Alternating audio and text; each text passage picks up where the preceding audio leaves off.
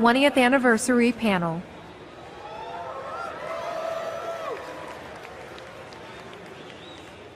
Welcome to my realm of terror.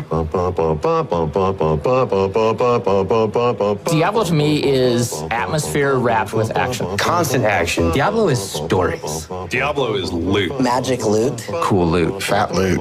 Diablo is the ultimate epic, dark, Gothic. scary fight between heaven and hell. No one would know where that's from, probably.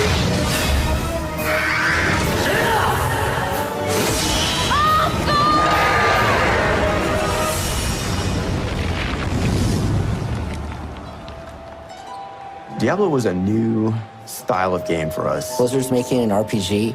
Why would you do that? RPGs are dead.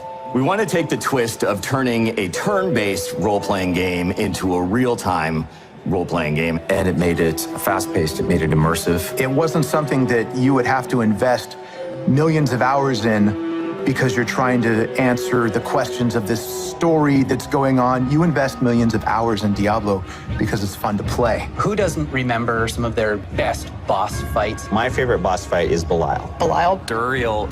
Malthael. The Butcher. The Butcher. The Butcher. Fresh meat. Fresh meat. Like, what was that? And this guy comes out, chop, chop, chop. We want you to feel a little bit nervous, a little bit scared. I think the core of the Diablo experience is that terror or that horror that's there. There's really two stories going on. There's the story of the game, the story of the ascent of humanity. And of course, on the other hand, there's the player story, the story of staying up way later than you should have. If I could just get to that next waypoint. Like, oh man, I'm super close to leveling. Okay, You know, that boss is right around the corner. Before I knew it, it was dark. okay, I'm just gonna play to this last area and I'm gonna close this out. I called in sick to work that very first day, the very first time I installed Diablo. I finished the whole game in one sitting. You're invited to just come in and stay a while. Decker Kane says it, stay a while and listen. Stay a while and listen. Stay a while and listen. Stay a while. Stay a while. Stay a while and look. No, I can't do it. Stay a while and listen. What makes Diablo fun is getting that awesome piece of gear. For the first time you saw that amazing item, And it's got the stats you're looking for. you know, just completely changed how you thought about your character. Then when suddenly someone turns their hostile flag on and then kills half the team when they're in the middle of a boss fight. I just died. I don't get to get revenge on the bastard who killed me. Coming this close to killing Diablo, Missing the treasure goblin? having to do it all over again. But then finally doing it, that's also what makes it satisfying. I actually would like to see Diablo harder. I think that there were a lot of things that took a while for people to discover and find. Best kept secrets of Diablo, Secrets. There is no cow level. Cow level? No, I'm sure there's no cow level. Of course there's a cow level. That doesn't really sound very Diablo to me. I know there's the answer I'm supposed to say. I would have to deny all existence of the cow level. I would have to deny the existence of a cow level. I've played the cow level. That sounds utterly ridiculous. Frankly, I don't appreciate the rumor. Maybe. Diablo has a legacy. We're celebrating a 20-year anniversary, and people are still playing this game. There's all these amazing stories of how people have made these connections. I remember we got a letter from somebody saying like, hey, I met this person playing Diablo, we're gonna get married. I've given a copy of the game to one of my friends every time, and because he's far away, I can only really interact with him at times just to say, hey, what's going on, through Diablo. And I think about that bond, that friendship, like that's massive. We come to work with the best people, and day in and day out, what's our goal? To make things explode in blood and treasure. And I can't think of a better job that you could have, and I'm so excited to come in every day. I just want to say thanks to all of the players. Thank you. Thank you. Thank you. Thank you. Thank you so much. Thank you so much. Thank you for 20 years of Diablo. We'll see you in hell.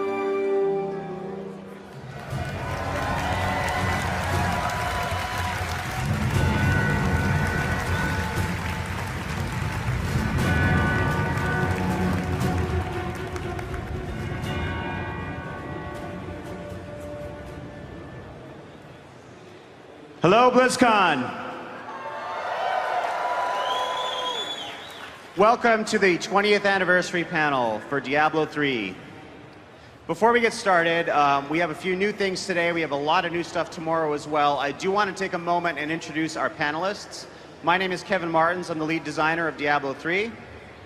With me, I have Wyatt Chang, senior designer, Mr. John Mueller, our art director, and Julian Love, the lead visual effects artist. Give them a round of applause.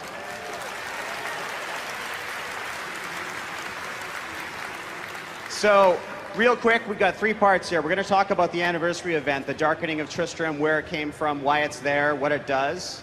We're going to have a new feature, the Armory feature, unveiled today. And we're going to do a deep dive on the Necromancer. A lot of information, art, new skills, all sorts of things there. So even if you played the Necromancer, we've got new things to show you today. All right, so 20 years. How many of you played Diablo 1? Well, thank you very much, and welcome to our 20th anniversary. It has been a crazy time for us. All of us on the Diablo 3 team are big fans of Diablo 1 and 2. That's why we're here. I know you guys are too, so thank you for this journey with us so far. Let's take a quick trip down memory lane. Diablo 1 was released in December 31st of 1996, though Mike Morheim tells me that unless you lived in Irvine, where the discs were physically being distributed, you probably didn't play it until January. And it was released in one language, English. And the reason I have an asterisk there is we did a lot more with that later. A lot of fan mods came out to add other languages to it. The game became a lot more popular, I think, than Blizzard expected, which is awesome. This was the same year that the Nintendo 64 came out. And that's the fact that made me feel super old. You know, it doesn't feel like 20 years ago. I remember playing that game and calling in sick to work, and I don't feel that much older, but clearly, from this slide, I am. In tech news, this was the year that in chess, the IBM Deep Blue computer was beaten by Garry Kasparov, right? So humans won, we beat the AI, awesome. But in 97, the computer AI did beat Garry Kasparov, which I'm sure is a fine sign for the future of humanity, and we have nothing to be concerned about whatsoever. This was the year that Diablo came out on Battle.net. Yeah, Diablo 1 came out in 1996, and back then the internet was still young, and it wasn't common for games to have an integrated matchmaking service for online play. So we wanted to make it really clear that when you bought Diablo, the Battle.net service was going to help you play with other people. This is also, if you remember, those of you who played Diablo 1, you had 7 inventory slots, or 7 equip slots. You didn't have a belt because you didn't have any pants. The inventory was 40 squares big, but most of the items took up 6 different spaces. And of course, gold took up space in your inventory as well. You'd have these piles of 5,000 gold taking up space in your inventory. Skills were different in Diablo 1 as well. You didn't learn skills from a skill tree. You got them from skill books. And then you put, once you had learned the skill, you could then put it on. And for those of you who can remember way back, you had to have enough magic skill in order to learn it. And that number, of course, many will remember, went up to 255. So fast forward to June of 2000 when Diablo 2 came out. And we had grown a lot. It was released in 9 languages, up from 1, which is quite a significant increase. And 640 by 40 resolution seemed like all anyone would ever need. That was perfectly fine. And I joke about this because this was a huge deal at the time. People wanted 800 by 600, and I think that at that point we were just barely desperate to get this game out, right? A lot of work had been put in. And this was the year that the PS2 came out, which was a huge deal for gaming as well. So a lot of milestones that year. That was also the year the computer AIs did try to kill us all. So thank you, engineers, for saving us from that, the evil overlord there. Good job. And then a year later, in June of 2001, Lord of Destruction came out, which was a huge improvement over Diablo 2. And 800 by 600 resolution saved everything. It was all we would ever need. And this was the year that Battle.net improved dramatically as well. Yeah, online support continued to improve. We had ladders that were added in Diablo 2, which allowed everyone to play together, as well as improved online services, as well as the mini models where you could actually see previews of other people who are in the same chat channel as you. The equip slots continue to evolve. Still no pants, but we did add a belt, and this belt had special functionality. It held your potions. And many of you will remember that joyous moment on a new character when you got that 4th row of potions and you were so happy to have that 4th row that you could have. And we also added a special gold counter and gold in your stash. And the amount of gold you could carry was limited by your character level. And the skill system continued to evolve. Some of you may recognize the skill tree bonus points for those of you, Necromancer, recognize the skill tree from Diablo 2. And that way you could, rather than being randomly assigned from skill books, you could pick the skills that you wanted. All right, so fast forward again to May of 2012, and we've apologized before for how long that took. Sorry again about that. We released in 12 languages. So as Blizzard had grown, Diablo had grown. As the game industry had grown, Diablo had grown. This story, this 20 years, is kind of a story of all of us. It's not just about Diablo. Things got bigger. This is the year that the Mayan calendar tried to kill us all. Now, not the Mayans. The calendar, I presume, was going to fall on us because it's heavy, but we prevented that as well. Console for Diablo 3, that was something that was very important to us. It took us about 14 months, but in September of 2013, the game came out on Xbox 360 and PS3. So naturally, Microsoft and Sony responded by releasing the next generation of consoles in November of that year. So we answered back by releasing Reaper of Souls and then Ultimate Evil Edition and bringing it up to 5 platforms and adding one more language, Japanese, for a total of 13 languages. So Diablo has gotten way, way bigger. Online support continued to improve and level up with the addition of clans and communities in Diablo 3 and Reaper of Souls, as well as the friends list you've come to know and love, with support not just within Diablo, but across all Blizzard titles, allowing you to communicate and see the online presence of your friends who are playing World of Warcraft, StarCraft, and other games. Our inventory augmented now to 13 items, including pants. You know, I have to say, for those of you who adventured for like 16 years without pants, we salute you. Good job. Yeah, I apologize that we were a little bit behind on that. And then gold also became auto pickup, and you could hold as much as you want. And then the skill system continued to evolve with 6 active skills with 5 skill runes each, dedicated place for your passives that you could choose. The skill system now allowed players to customize their character builds in a multitude of ways. So happy anniversary, Diablo. And thank you. And what would a 20th anniversary be without an in-game party? Let's take a look at the Darkening of Tristram events. So, in the beginning, this was a totally different thing.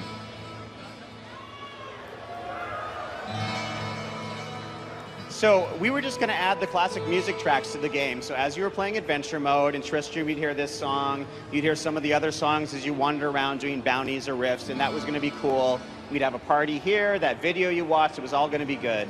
But that was not enough for this team. So instead of just the music tracks, you're getting 16 dungeon levels plus the boss level. All 4 of the bosses recreated, both the models and the AI of those bosses, all presented in glorious pixelated retrovision, and we're giving you lots of anniversary presents. So the Darkening of Tristram, at this point, the things to watch for are, as Frank mentioned, we took out most of the animations, or about 25% of the movement animations. So the character walks around all stilted and they don't have turn animations. The run animation's gone completely. The camera's changed to make it feel more 2D. The audio is tinny on purpose, so it sounds like the 1990s. Our tech director told me that we're not trying to recreate 1996 because Diablo's engine was actually really advanced for its time, so you really had to capture that late 1997 sound. So that's what we've gone for here. All right, I'm just going to shut up and show you. I do want to say one thing, though. On these big monitors, it turns out that the pixelation doesn't really come across very well, so maybe pay attention more to the animations and the sound, and when you play it next week on PTR, you'll see the retrovision in all its glory. There he is, heading to the Tristram Cathedral.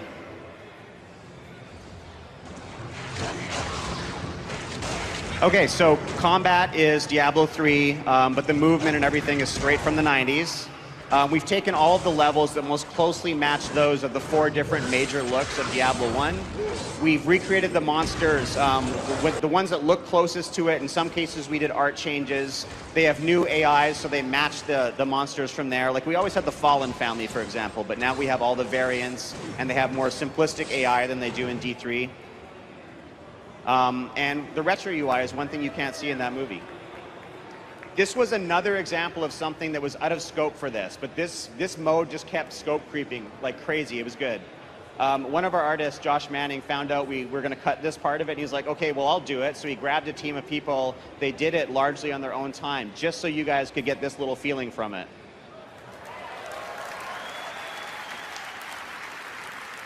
When this event happens, you're going to see this pentagram near the old ruins, and when you go there, you're going to find this portal near the fountain. And you enter it, and everything gets crappy. So, in the Retrovision Old Tristram, look around. There's a ton of Easter eggs there, and a lot of stuff ties into what you find in the dungeon, and you're going to unlock some mysteries. So, the presents we have for you. First up, we have cosmetic items like portraits that are based on those original health and mana globes from Diablo 1. We've got a banner and a sigil to commemorate this event. You can earn this every year. And we have pets. Of course we have pets. So, bit of a spoiler, the Butcher's in the game. This is Baby Butcher, and instead of a teddy bear, he's got a little piece of meat that he chews on. We presume it's fresh, but nobody wants to get close enough to find out. And he'll follow you around, so you can earn him. I think you can imagine how you get him.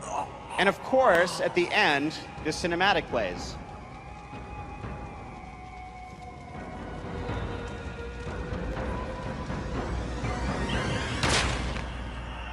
Why might that be important?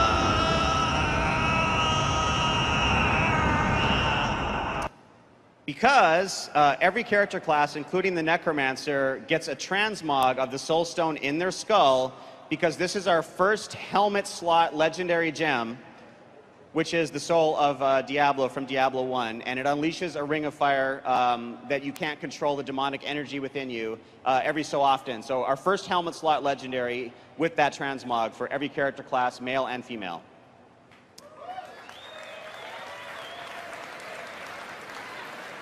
Thank you. And for weapon transmogs, of course, we have classic Butcher's Cleaver and Wirt's Wooden Leg. Wait, you might say. Don't we already have Wirt's Leg in the game? We do, because now, when it advances, now you can dual wield Wirt's legs, both his wooden one and his original skeleton one. And I think the guilt meter with what we've done to Wirt at this point is very high, so maybe we're not going to do any more to him in the future. All right, since you already know the Butchers in the game, I did want to show you one of the 4 bosses.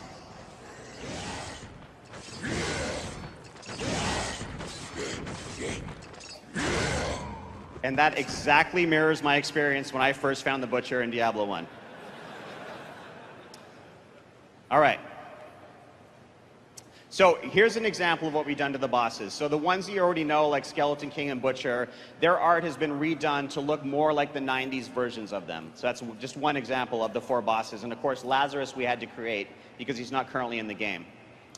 So, of course, when can you play this? It goes on PTR next week, but this is patch 243, and it has more than just the anniversary event, including a bunch of items that we're going to unveil tomorrow at our Day 2 panel, so please come to that. Lastly, the event goes live worldwide in January, and this will be an annual event. So every January, for the month of January, approximately, the Darkening of Tristram event will be live, and you can earn all of these rewards, and all of the ones I didn't tell you about, which I hope you find next week. All right, and of course, this is on PC, PS4, and Xbox One. So now I want to pass it over to Wyatt to talk about the Armory.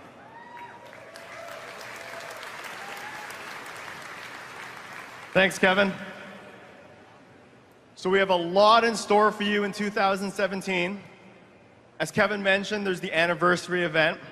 And in a little bit, you're going to hear more about the Necromancer. But for some of you, I think that the biggest feature coming in 2017 might actually be something we haven't talked yet a lot about, which is the Armory. Now, I know some of you are wondering, what's the Armory? Let me set the stage. Have you ever been out as a monk in a dashing rift set, dashing strike monk set, but you actually wanted to put on your Uliana's gear. So you have to swap your items and swap all your skills. By the time you're done, your group doesn't need you anymore. We're gonna fix that.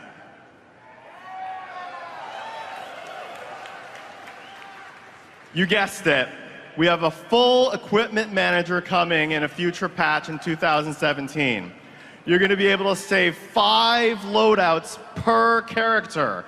All your skills, all your passives, all your items, Kanai Cube powers, everything is saved for you. Let's take a look at what that looks like. So here, we want to save our Dashing Strike set. You can see the armory is located right next to the stash. You can name the set the way that you want so that you can remember what it is later. Once you've saved it, you can inspect it to remind yourself what items were in there, what Kanai Cube powers you had, what passives you had selected. Later on, when you want to retrieve that set, let's say that you just came back from doing some rifts as an Uliana, and now you want to go back to your Dashing Strike set. You switch back to your Dashing Strike set, hit a single button. Here it comes. Boom, just like that. Done. Now you're ready to go off in your Dashing Strike set. There's a lot of details we had to work out to get this to work properly, a lot of questions people have. What happens to my Paragon points? You know, it's interesting, we actually don't save your Paragon points, but it's for a good reason.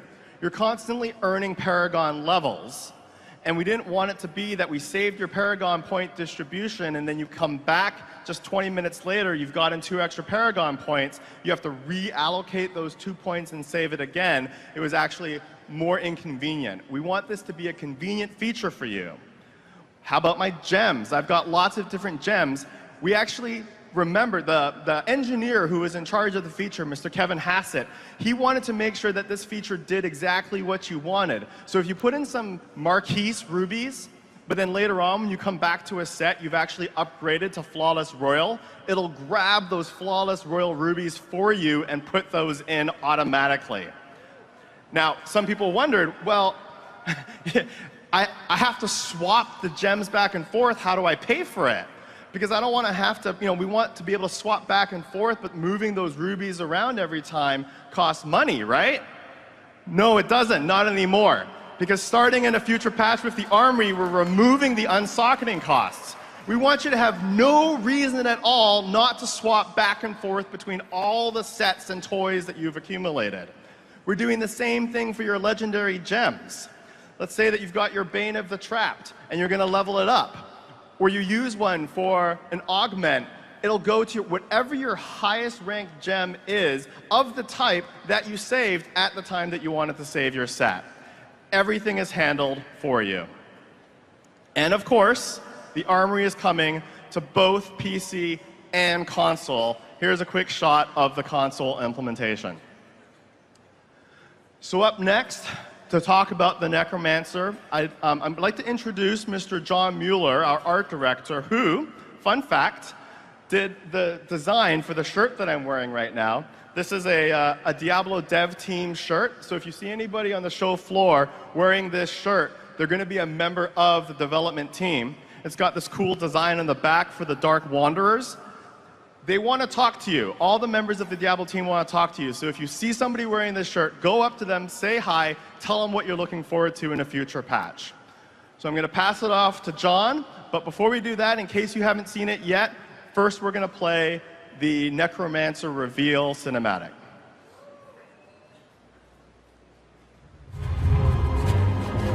Death has ravaged our world. And the balance that sustained us has been lost. We feared this day would come when the lands are ruined and the champions of the light can no longer save those in need. But I will. For I wield the power they cannot.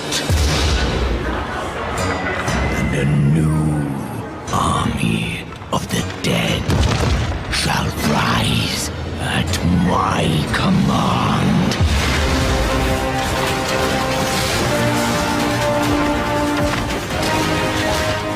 All who threaten the balance, beware.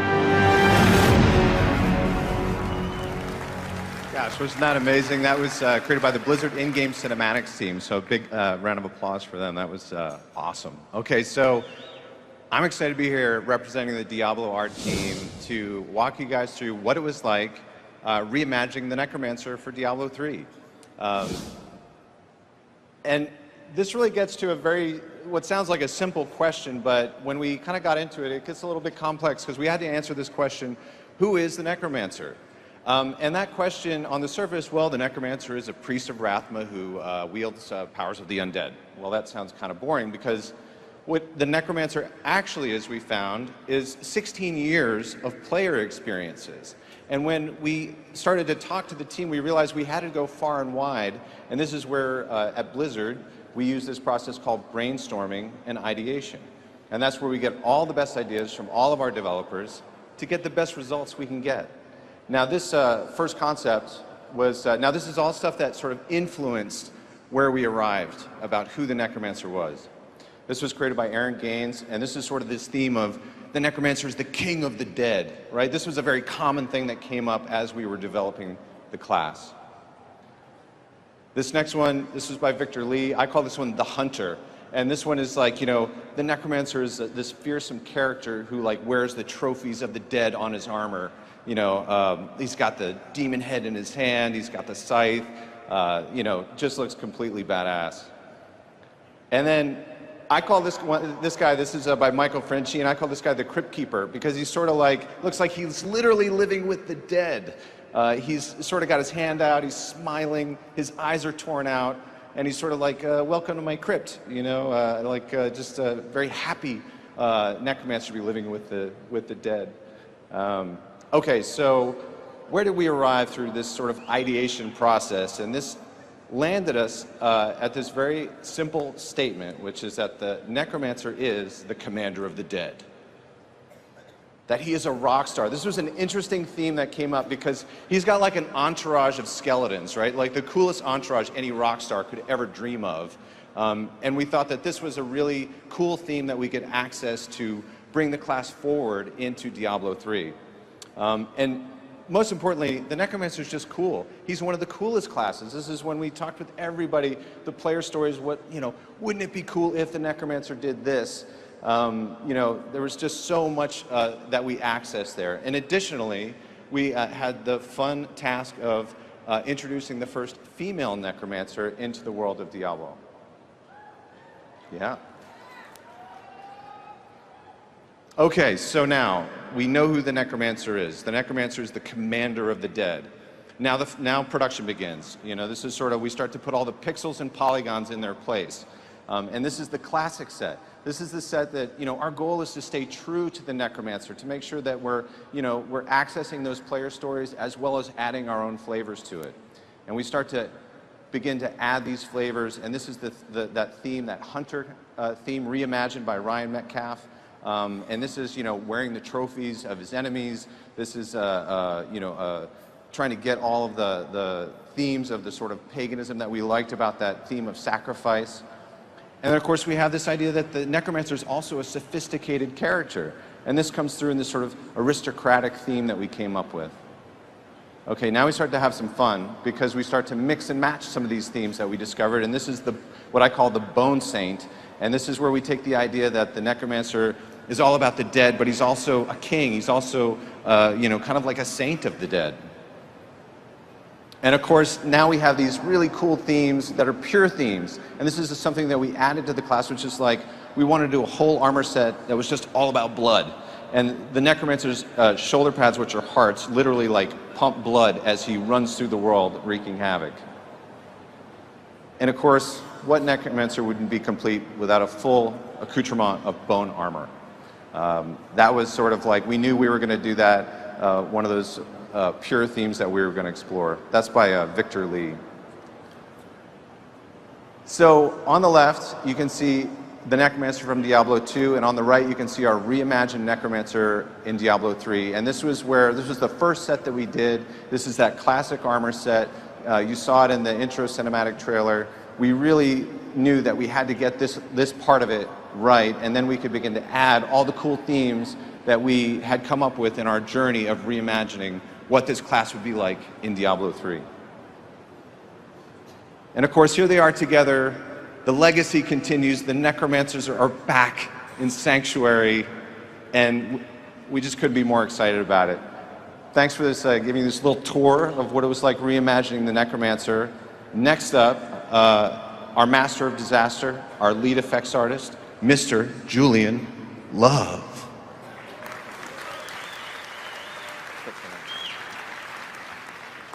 Wow, those armor sets are looking really sweet.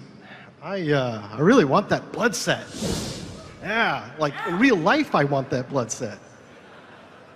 And wear that speed dating. It'd be awesome.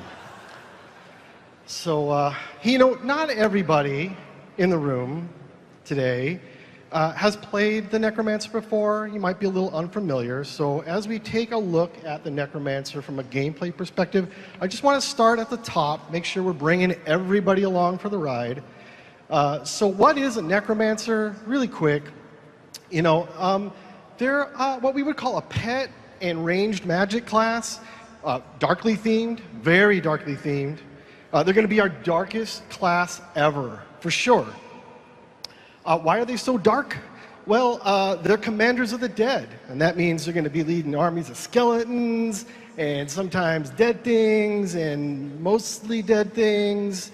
And, and they're magic.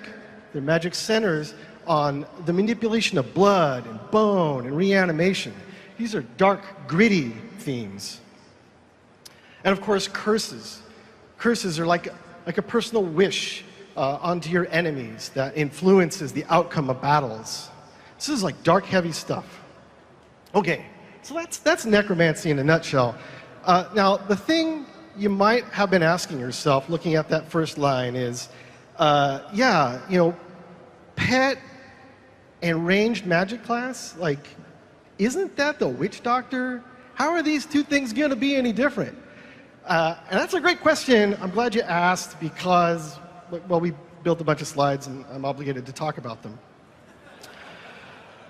Okay, so let's do some comparison, right? Witch doctor versus necromancer. Let's see how they're different.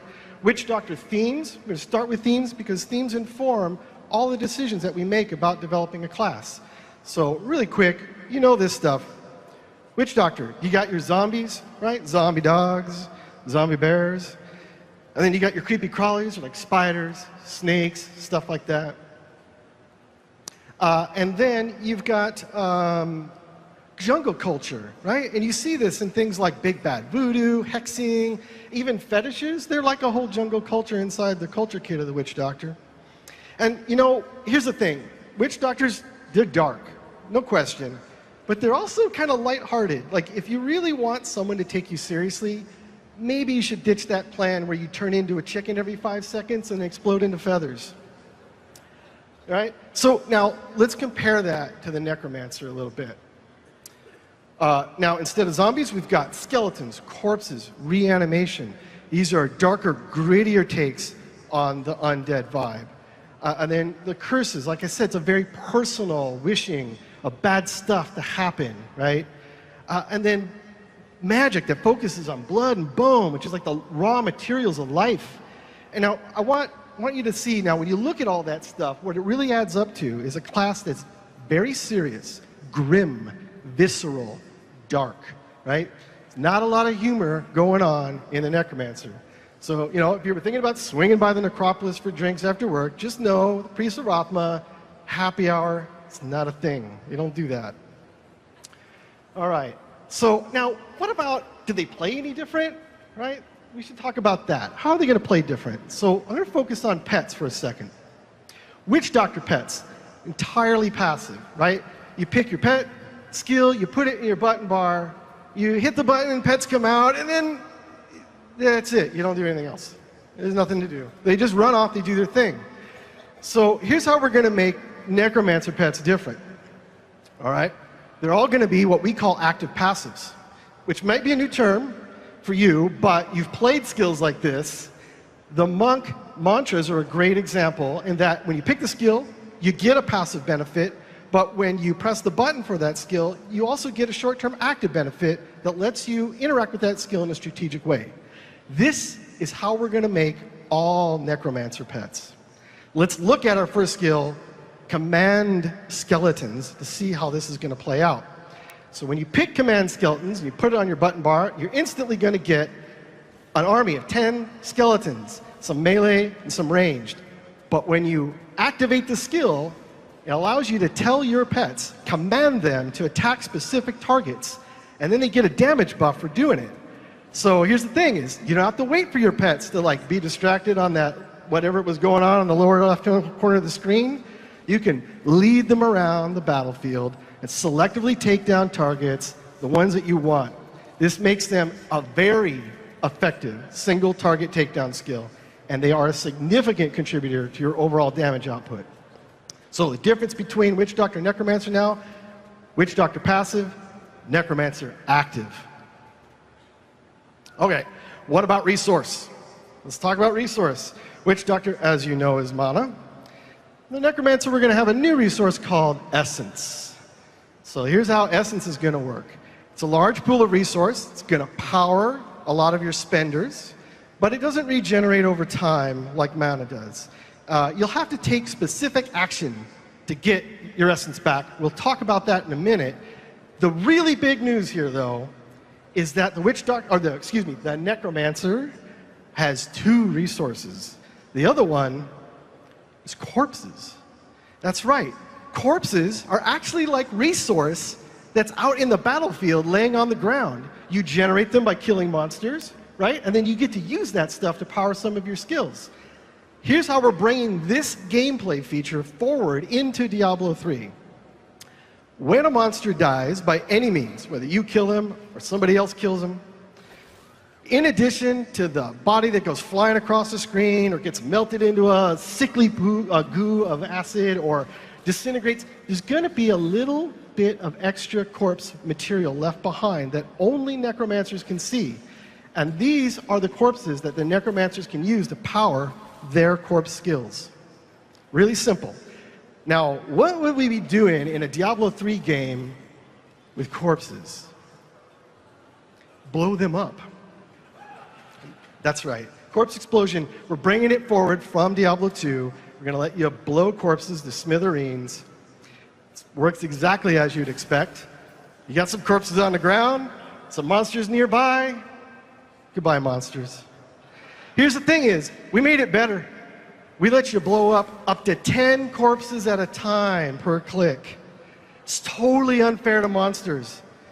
Totally unfair. But here's the thing, look, they know better. They read the terms of service down there, page 33. It said, you know, might get exploded by corpse explosion. They made the choice.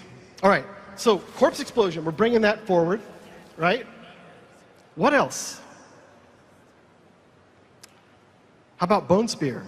You need something to make corpses with, right? You got to kill stuff first before you get them.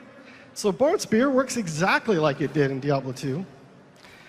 Right? It's a 100% piercing projectile skill powered by Essence. It's a significant damage output. It's great for killing monsters, making corpses. Now, once you've Bone Speared a few times, you're going to run out of Essence, so you have to do stuff about that. Now, Decrepify is a great way for us to keep monsters grouped together. So that's our first curse coming back from Diablo 2. The way that it works is you can curse a very broad area, right? And the monsters that are cursed by Decrepify will be slowed by 80%, have their damage output reduced by 20%. This is great for keeping monsters clumped together. So now, about that Essence thing. How are you going to get your Essence back when you've spent it all? This is where a new skill called Siphon Blood comes into play. Siphon Blood is a single target channeled spell that lets you quickly recover both life and essence by stealing it from your enemies. Right? So when you run out of essence, pull out Siphon Blood, refill on your essence, go back to your monster murdering mayhem. Then we've got another skill, Blood Rush. You know, you need to be able to move around the battlefield quickly sometimes. You know, pick up some gold, get some loot, G-riffs and that sort of thing. So Blood Rush is your skill of choice for this. The basic idea here is that when a necromancer wants to move quickly around the battlefield, the skin, it gets in the way, right? If you could just get rid of that skin, you could go so much faster. So they throw off all their skin and organs and other gross bits, channel their blood forward, and then reappear on the other side. Mechanically, it has a lot of the same features that teleport has. It's very precise, lets you jump across chasms. All right, those skills that I've just covered are all the ones that you can play here in the demo at the show. But we didn't want to just leave you with those 6. We wanted to give you a peek into the future. You wanted that, right? You want more? Yeah, I thought. So let's take a look at, well, you know, we haven't talked about golems, right? What about blood golem? We're going to bring golems back. You're going to have multiple golems to pick from. But the first one we're going to show today is blood golem. Yeah. Remember when I said the necromancer's a serious class? Look at that guy. All business. They're going to work a lot like they did in Diablo 2. They're going to be bigs, they're going to be brutes, and of course, because they're pets, they're going to be active passives. You're going to get to tell them to do things. It'll be really cool. One more? I think we got one more. So if you're going to be a commander of the dead, I think it's pretty important that at some point you've got an army to command, right? Otherwise, right? So what if we could just summon all of the skeletons that have ever died in an area to come to help? And when I say that, I'm talking about a skill called Army of the Dead. How many skeletons makes an army? 20? 25? It's like a squad, right? That's not good enough. How about 50? 50 skeletons? That'd be good enough? That's kind of like a platoon. I don't have my military manual here, but it's not 100. Who said 100? 100? How about 100 plus? Over 100. How are we going to do that? 100 plus skeletons, obeying your command, attacking an area. What is that going to look like? Awesome. Yeah. I got to tell you, I know when we've got a hit on our hands, when we make a skill and we put it in the game, because I can walk around the office and I'll see everybody with God mode on and they're doing this.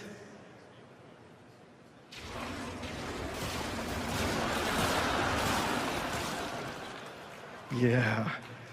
Look at all of those rib cages flying all over the place. Doesn't it just warm your heart? This is awesome. All right. So that's been a look at the Necromancer from a gameplay standpoint. Want you to encourage you to all head by the demo area and experience the Necromancer in all his necromantastic goodness. Back to Kevin. Thank you, Julian. All right, so we're almost out of time. The Rise of the Necromancer pack is packed full of stuff. It's not just the Necromancer with everything you'd expect from the class. It's 2 character slots, 2 stash tabs on PC, cosmetic goodies, pets, portrait frames, etc., etc. So it's a lot of stuff, and more information will be coming in 2017 for that. If you haven't played him, Hall C is the Diablo booth. Go play him. If you have played him, go play him again. And when is he coming out, I'm sure, is the main question you have. I'm going to say next year. Is that a good enough answer? All right. Second half-ish. Yeah, you're welcome.